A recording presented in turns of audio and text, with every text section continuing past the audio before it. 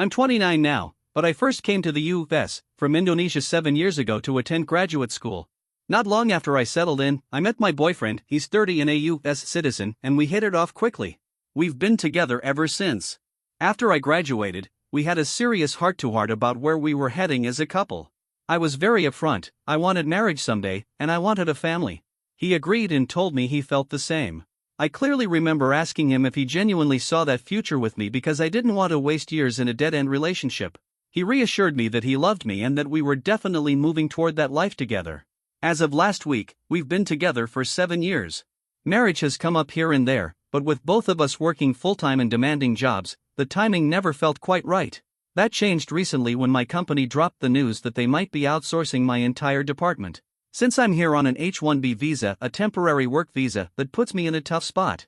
If I lose this job, I'll have just 60 days to find another or I'll be forced to leave the country. Everything I built as an adult is here.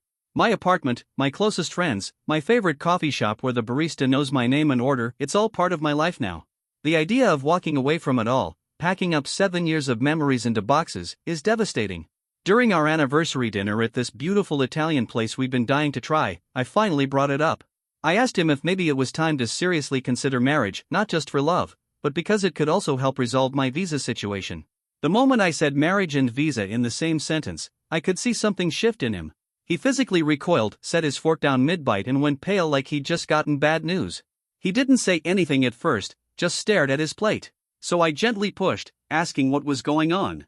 After what felt like an eternity of awkward silence and water refills from the poor waiter, he finally broke it. He admitted he never intended to marry me before I got my green card on my own.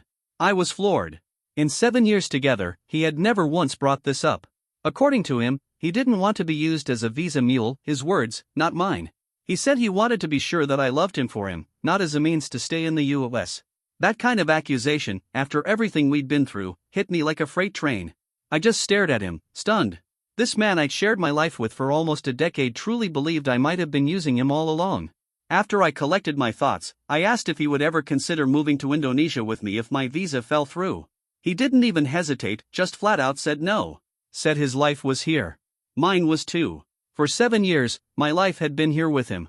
I couldn't even finish my meal. I grabbed my purse, tossed some cash on the table, and walked out. He called after me across the restaurant, but I didn't stop. I couldn't. I ended up staying at a coworker's apartment that night because I couldn't bear to go home and face him. Even now, I still can't wrap my head around it. I fell in love with him because he was thoughtful and kind and made me feel safe. And now, I feel like I wasted years on someone who never truly trusted me. Yes, the visa situation is serious. But I didn't start dating him because I needed a safety net. I wasn't trying to manipulate him. And to realize that, after everything, he still doesn't fully know who I am, it's crushing. I honestly don't know if our relationship can survive this, and that thought alone is ripping me apart. Turns out, he'd been struggling with feeling insecure about the income gap between us for a while. What really shocked me was learning that his friends had been making jokes behind my back, calling me his sugar mommy because I covered most of our shared expenses. He never brought any of this up until now.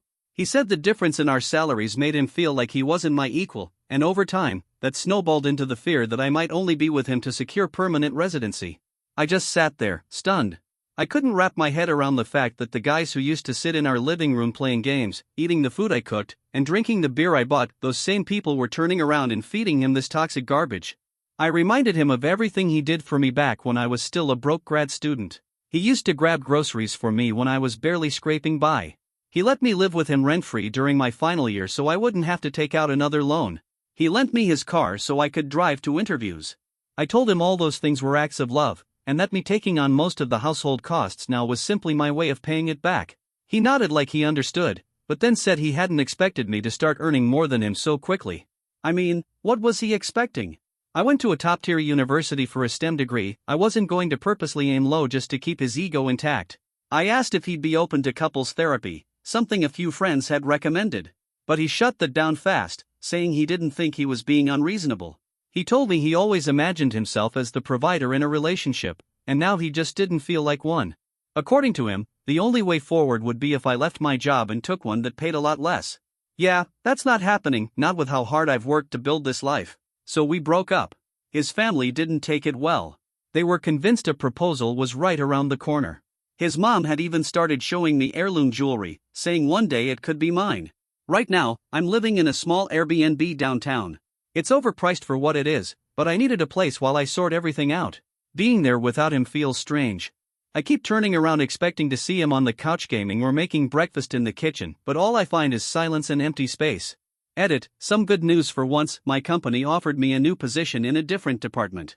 It's similar to my old role but based in France. The salary is a bit lower, but honestly, I've always wanted to live in Europe, so I accepted. I signed the relocation paperwork, and I'll be moving in the next 8 to 12 weeks. The process is already underway. I've been listing furniture on Facebook Marketplace and Craigslist, selling most of what I own. I'm taking online French classes now, tripping over the pronunciation but slowly getting the hang of it. My company's setting me up with temporary housing until I can find something permanent, and I've been researching neighborhoods in Paris nonstop trying to figure out which arrondissement might be the right fit. I don't know anything about the rental market or tenant laws there, but I'll figure it out. That's kind of my thing, figuring stuff out on the fly. To be honest, leaving the US feels bittersweet. I gave 7 years of my life here working, paying taxes, building relationships, and yet I've always felt like my place here hinged on a piece of paper. No matter how much I gave, I was always just one bureaucratic decision away from being told I didn't belong. TLDR, my boyfriend couldn't handle me making more than him. Now he's my ex. My company offered me a job in France, and I'm moving in a couple months to start fresh. Edit, responding to a few comments, some people pointed out what they thought was a contradiction. I said I never relied on him financially, but then mentioned how he helped with groceries, rent, and lending me his car back in grad school. Let me clarify. I didn't mean he never helped, I meant I never needed him to. When I moved to the US, I had already secured scholarships and student loans to cover both tuition and living costs. I knew money would be tight for a couple years, and I was ready for that.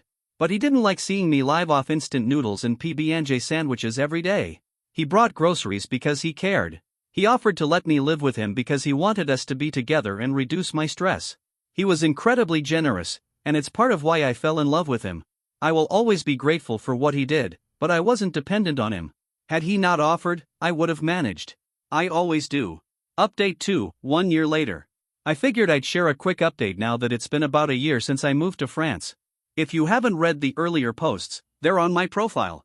I absolutely love it here. That said, the language barrier hit hard. When I first landed, my French was basically limited to bonjour and merci. But I've been taking classes, and people have been patient and kind, helping me muddle through. My first few months were kind of chaotic. Trying to open a bank account took 3 separate visits because I was always missing some mystery document.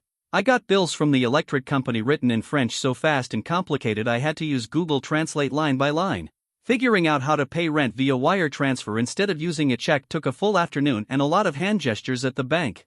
But I got through it. Now, I can order food in French without the waiter switching to English, and I've memorized my metro routes. The baker on my street even saves me a pain au chocolate if I'm running late on my way to work.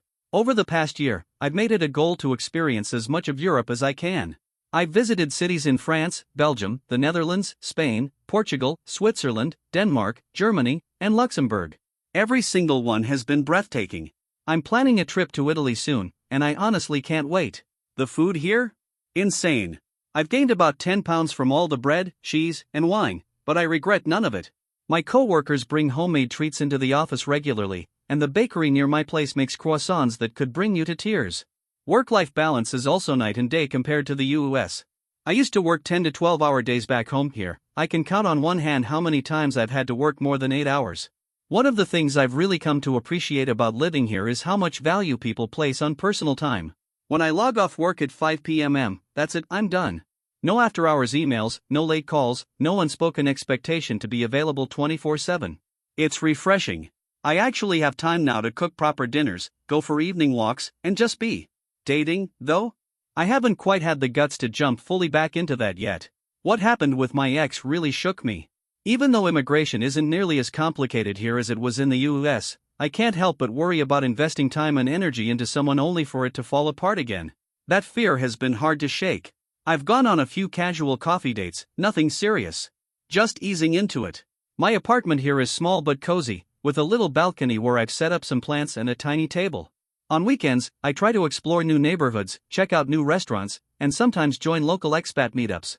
Making new friends from scratch isn't easy, but I'm slowly building a circle. A few months after I moved, my ex reached out. Apparently, he got a lot of heat from his family after our breakup. He wanted to talk, said he realized he'd made a mistake. I told him exactly how his words and actions made me feel, that he broke my trust in a way I couldn't recover from. I had already chosen to move forward with my life, and I told him he should do the same. He's had to scale back quite a bit financially since we split. He moved into a smaller place in a less convenient part of town, and some of the luxuries we used to enjoy together are no longer within reach for him. I won't lie, part of me felt a little pang of guilt and sadness hearing all that. But at the end of the day, choices have consequences.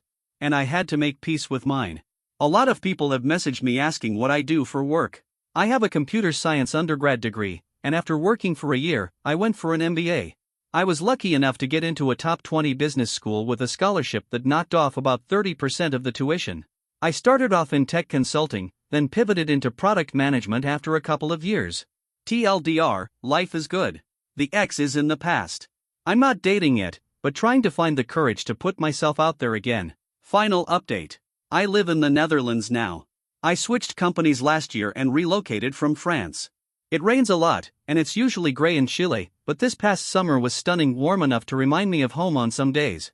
The move itself? A nightmare of paperwork. New country, new rules, new systems. I spent weeks tracking down documents, getting them translated into Dutch, standing in line at government offices. Dutch immigration wanted proof of everything. I needed a certified Dutch translation of my birth certificate just to start. My new employer offered relocation support, but halfway through, the person handling my case quit. I had to start the whole thing over with someone new who didn't have a clue what had already been done. I spent what felt like hours every day getting bounced between departments, explaining my story again and again. And of course, the day I landed? It was pouring. Classic Netherlands welcome. But things settled. I'm now living in a small modern apartment in Amsterdam, in the Jordan neighborhood. It's a third-floor walk-up in one of those classic narrow Dutch buildings with big windows and a tiny balcony overlooking a quiet street. The stairs are so steep they're basically a ladder. Moving my furniture up there was a full production, 3 guys, lots of rope, and pulling everything through a window. The canals are magical in the early morning, so still and glassy.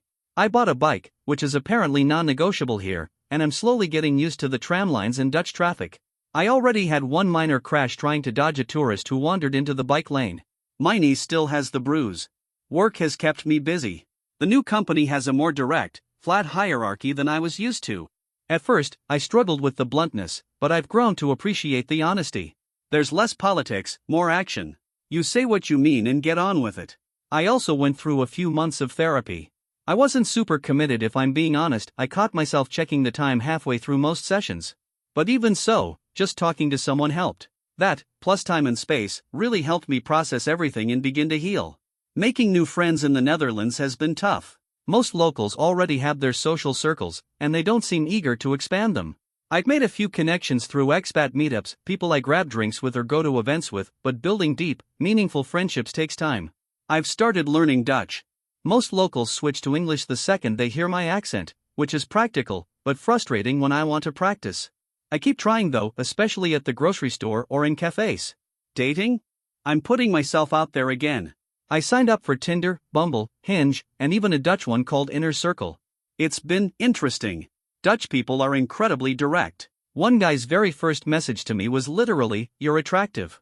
Let's meet for a drink." No introduction. No small talk. Another told me 5 minutes into the first date that he wasn't looking for anything serious, just wanted to be clear about that up front. I guess honesty is better than mixed signals. There've been a few decent dates, but nothing that truly clicked yet. One guy asked me within 10 minutes if I was just looking to marry a European to get a passport. I stood up and left him with the full tab. Another spent the entire night venting about his ex. A third seemed promising until he casually mentioned he was technically still married. "But we're working on the divorce," he said. Yeah, no thanks. There was one Dutch guy I went on 3 dates with. Tall, worked in finance, had a good smile. But then he brought me to meet his parents out of nowhere, no warning at all. I showed up in jeans and a sweater, only to realize it was a formal family dinner. His mom asked about my intentions and if I wanted kids soon. I ghosted after that. No thank you. Dating as an expat brings its own challenges. There's always the looming question, how long will I stay here? Would a relationship survive another international move? What about cultural differences? And now that I'm in my mid-30s, dating apps don't seem to work in my favor. I think the algorithm has officially turned on me. Sometimes I still miss my ex, especially when I'm sick. He used to make me congee, rice porridge, and take care of me in a way that made me feel safe. I don't miss him, really, I miss being cared for. But no, I haven't reached out. That door is closed. I did see that he's dating someone new. I closed the tab immediately. No reason to dwell on things I can't change. Oh, and I got a cat. Her name's Kopi, short for Kopi, which means coffee in Indonesian. She's pitch black with a little white patch on her chest, like a drop of milk landed there by accident. She's loud, bossy, and wakes me up at 5 a.m. every day demanding food. She follows me around the apartment and sits on my laptop while I'm trying to work. Life's kind of good. Still a work in progress, still lonely some days, still figuring things out. But it's mine. And that's enough for now. Signing off.